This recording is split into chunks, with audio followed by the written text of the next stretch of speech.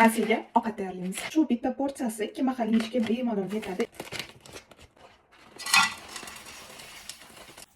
Ichida hamma narsasi bor. Krevetkalar ham bor. Krevetkasini yemaydi, men yeb qo'yaman. Guruchlarini, mana narsalarini mazza qilib yeydi. Idishchasini to'ldiramiz. Голубика. Детский сыр. Yogurt. Hidiga va pishi gap yo'q.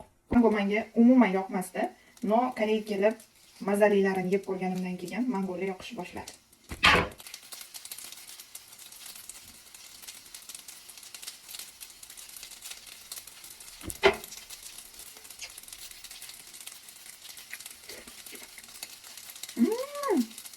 Очень вкусно.